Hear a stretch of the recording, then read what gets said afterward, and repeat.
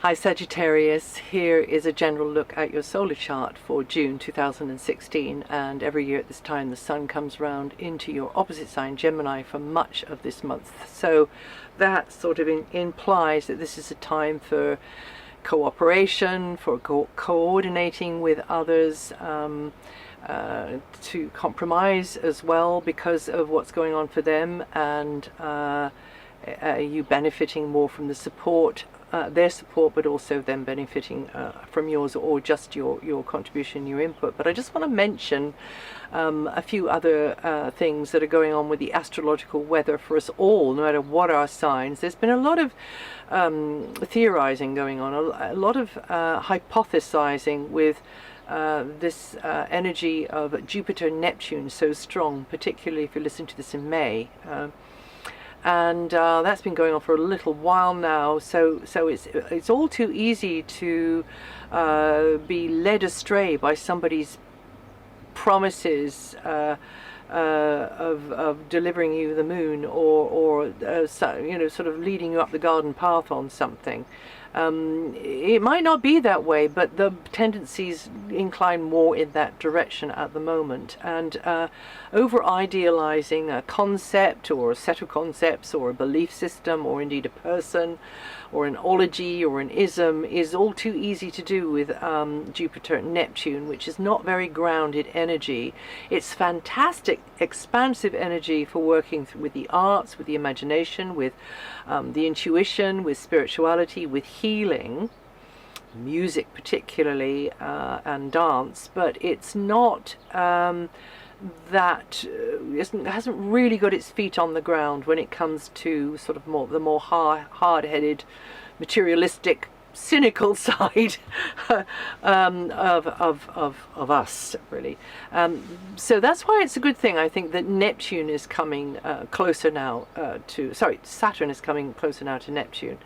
And there's a lot of dreams and idealizations wafting around. This is true, but this time we must strive to be realistic and not pessimistic, though. So it's quite a fine line, because somebody can be convincing you and pressing your fear button or something, or somebody might be tickling you under the chin and making you think that everything's going to be hunky-dory if we just do what they want us to do.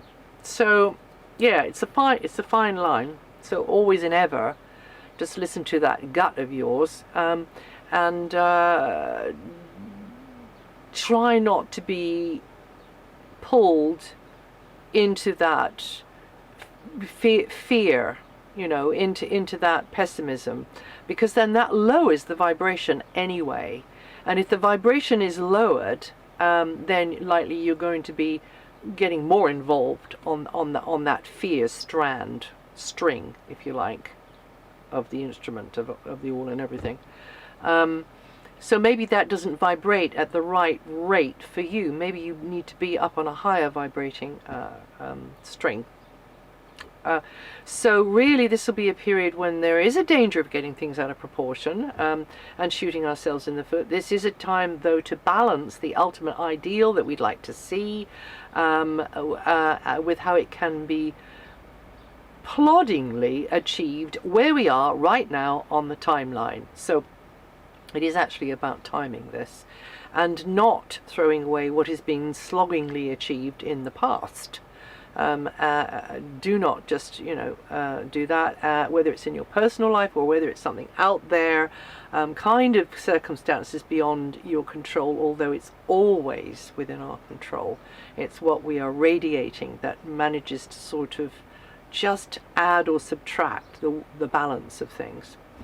And Mars is retrograde, and that means that this is not a time for major assaults, though. This is not a time for us to kind of decide on something which is like putting our foot into a brave setting off with our little kind of backpack into a brave new world. I mean, it just isn't the time to do that. It's the time for driving steadily forward towards goals, and not throwing the baby out with the bathwater.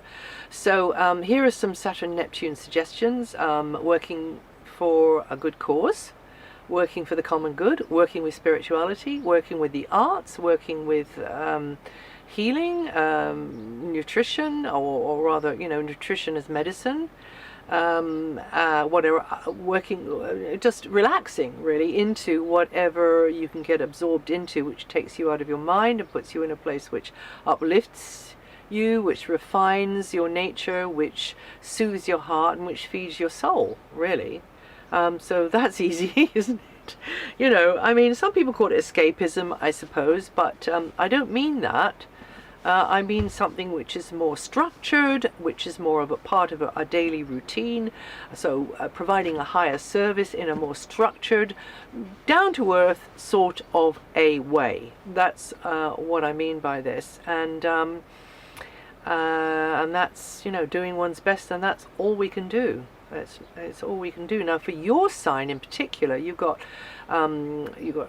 Saturn in your sign, but you've got Jupiter and Neptune on very strong points in your chart at the moment. So Neptune's right at the foundations of your life. That's to do with place on the map, family. So there might have been a lot of ambiguity there. You having to sacrifice a bit there in that region there, to do with place on the map, living space, domestic setup, neighborhood, and there is a tendency for that to be happening. So to offset that, you need to make stronger rules about how you need your own special little space, how you need your little private times, That's important. That's very, very important. And then Jupiter up at the other area there, Jupiter is your ruling planet, that is helping to open new doors for you. But until you have this, I suppose, more in control or settled feeling at the root of your life, whether it's to do with your actual dimensions of the space that you're in, or like me here at the moment, I'm in a nice cozy little camper van in Spain, smelling the perfumes of the orange blossom outside. So what's not to like about that? But so working within the parameters of that, maybe using me as an example, and then everything will be good. Everything will be fine. But it is a question of playing the energy, if you like a deck of cards. Playing your best hand you can with the hand you've got. Okay, so. And Saturn, of course, in your sign does mean that this is a time for you to really take serious steps in a consistent, routine kind of a way to achieve what is nearest to your heart, your goals in life, taking your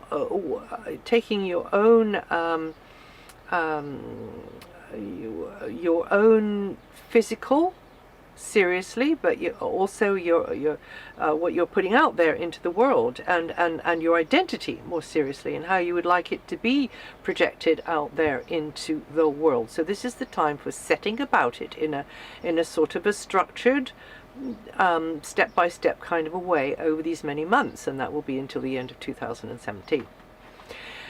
Okay, so this here means that you can, the Saturn-Neptune energy here means that you can realize something that maybe you've yearned for, maybe to do with your space, your place on the map, maybe to do with family members, maybe nothing to do with that at all, maybe it's something to do with your heritage. Maybe it's going back, a few generations, or maybe just one, maybe it's to do with a legacy. It can be something like that, but is to how to bring that more into the now in that kind of regular, structured sort of a way. Whatever I'm talking about, I don't really know what I'm talking about, but you'll know the context if you can put two and two together. Anyway, for you, you Sagittarians born the 1st to the 5th of December, or with 10 to 14 degrees rising, you're going to feel the energy of Saturn the most at the moment. And then those of you born around about the same time with Neptune, you're going to feel the 1st to the 5th, or 10 to 14, 10 to 13 degrees, you're going to feel Neptune the most at the moment as well. And okay, so now moving on. the first week your energy might be down a bit, you might be drooping a bit, or you might feel more on your shoulders the first week of June. There might be just that lack of clarity there about what's going on with somebody or something as well. So try not to schedule anything really major then, but if you do have to, then you have to watch your P's and Q's, especially because some of you might have to deal with authority figures there. Then at the very end of the month, we get Venus opposing Pluto, or Pluto opposing Venus, and that is a time when there could be some change in a relationship or to do with relationship. It might be some change to do with property or monetary things, with what you share with another, a space you share, or feelings that you share with another. There's some kind of shifting going on there. Okay, so now we have the Sun very much in this area of partners. Also, we got Venus there, which is a really almost perfect place for Venus to be. So she will be radiating out her harmonious, loving, friendly, warm energy very well in this area of your chart. That's up until the 18th, and that is helpful to you. Affairs of the heart are favored, but also ongoing relationships, a closer rapport going on there, or maybe you're seeing something around you that you really appreciate, and you see that as being kind of loving, or in some way has a value for you that you appreciate very, very much in maybe in relationships. Also, one-to-one, you could do quite well earning through one-to-one work at this time as well. Now, Mars, as I say, no, I didn't want to say that. I wanted to say Mercury is focusing your mind upon practical tasks and maintenance, repairs, but also the physical side of your life, very much so. Also in general, Saturn all the way through to the end of 2017 and beyond probably. But Saturn is also getting you to think more seriously about what your body needs, really needs, and you listening to that body of yours, and not maybe listening so much to what other people's opinions are about what your body needs.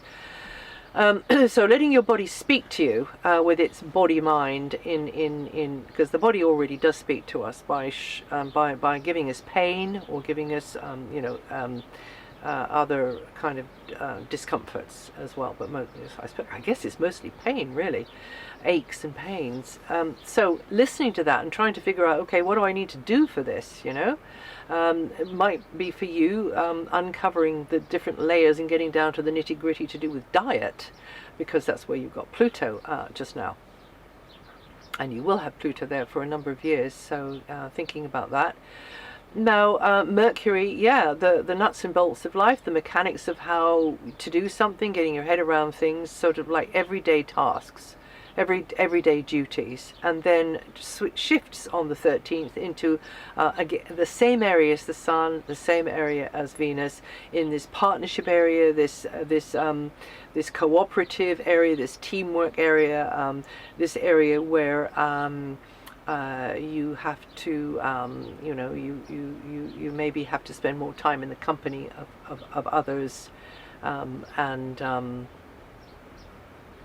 work around the needs and the situation that others get you into, I suppose. And then we have Mars, as I said, going retrograde and affecting mostly those of you born in the third week or from 22 degrees rising, and that's happening till the 29th. Mars is in a more in a more inward and private area, suggesting there are things going on behind the scenes, a lot of stuff. There's a hive of activity that other people might not even realize for you going on behind the scenes, and maybe there is stuff going on there where there's mutual support. Maybe you're supporting somebody, maybe somebody's supporting you, maybe it's not mutual, maybe it's just you doing your best to be there and enabling and facilitating another, or it can be the other way around. This Mars energy means that you are doing what you can want to prepare in some way. So maybe you're trying to get your health better, or maybe you're trying to get fitness up, or maybe you are working on that magnum opus, you know, that you want to present to the world. Maybe it's just like this chrysalis, and something is growing and developing, and you're developing in this chrysalis. So your energies do tend to be turned inwards with this Mars situation here, and you can, because of that, be a bit more sensitive, get sucked into other people's stuff more easily, get more emotionally involved. So just be aware of that, and try to do things which give you that feel-good factor. Right in the middle of the day, just say to yourself, stop, I'm just going to do something that I really enjoy, which is kind of you know, maybe healthy and active, if you can.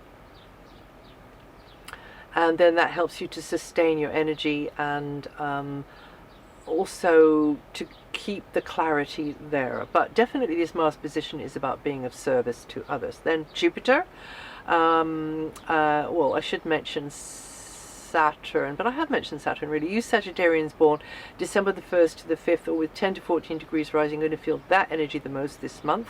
I did tell you that, didn't I? And then Jupiter's in your area of career and overall life direction. I also told you that, but that's until September. And you can maybe decide, you know, oh, I'll try this. It's experimentation some of the time, because you're learning through doing, and then maybe you realize that it's a dead-end road, so you're going to change, you're going to try something else. You're going to filter out, separate the wheat from the chaff, and you can really find, with this transit of Jupiter here, in general, I would say that you could project your inner identity more easily out in, easily is easily the word, more likely you will be able to project your, but you've got to work for it. So to project what you really feel, where you're coming from, more you're likely to be able to do that into the outer world, but you've got to work for it, because you've got to steer your little boat in the right direction. And you Sagittarians born the 3rd to the 6th of December, with 12 to 15 degrees rising, going to feel that energy the most. And then yeah, I've already mentioned Neptune as well. So that's it. That's it for June. If you know your rising sign or your moon sign, listen to those, and also you can check out this material on DianaGarland.com. And I'll see you the next time.